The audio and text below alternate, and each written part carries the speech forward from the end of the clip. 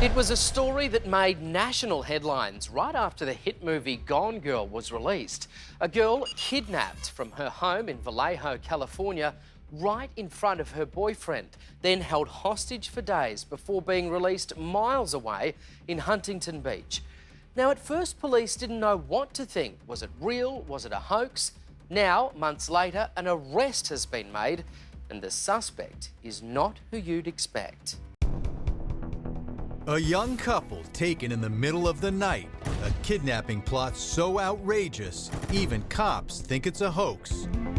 It's been dubbed the Gone Girl kidnapping after the blockbuster Hollywood movie about a woman who faked her own abduction. But this is no Tinseltown production. It's real life. Vallejo, California, our San Francisco affiliate KRON following the story of Denise Huskins and her boyfriend Aaron Quinn.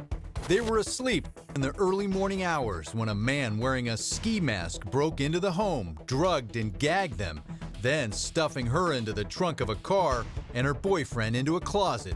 They covered his eyes with taped swim goggles and his ears with headphones, playing a recording with instructions where to put ransom money. 2 payments of $8,500. Cops found Aaron taped up in the closet. Denise turned up 2 days later at her father's home in Huntington Beach, California, some 400 miles from Vallejo. The next day, Vallejo police held a press conference calling the entire case a hoax, even accusing the couple of leading police on a wild goose chase. The statement that Mr. Quinn provided was such an incredible story, we initially had a hard time believing it, and upon further investigation, we were not able to substantiate any of the things that he was saying. We will be requesting criminal charges either through the state or the federal level. But the cops would soon eat their words. The couple was telling the truth. I knew Aaron and Denise were innocent of this hoax, and I knew they were victims of a kidnapping.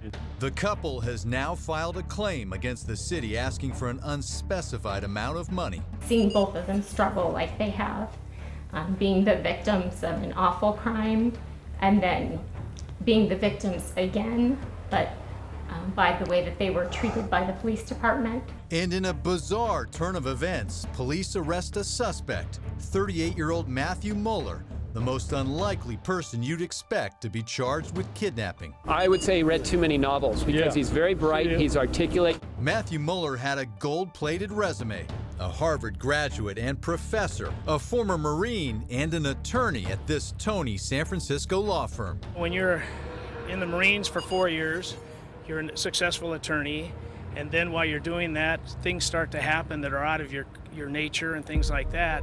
It's possibly that there's something mentally going on there. Cops say Mueller's also a suspect in 3 other home invasions in the Bay Area. Investigators say the crimes all match up. A masked intruder breaks into the home, gags the victims, but then on the 3rd attack, cops say Mueller gets sloppy, leaving his cell phone at one of the crime scenes. He left a trail behind that we followed. Cops traced the cell phone to Mueller's mother, then to Mueller himself. He wasn't surprised. I think he knew we were coming. It was just a matter of time. Mueller now sits in jail. It's true that Mr. Mueller has suffered significant mental health issues over the past several years. Despite his history of mental illness, Mueller just entered a not guilty plea in federal court in Sacramento. If convicted, he could face life in prison.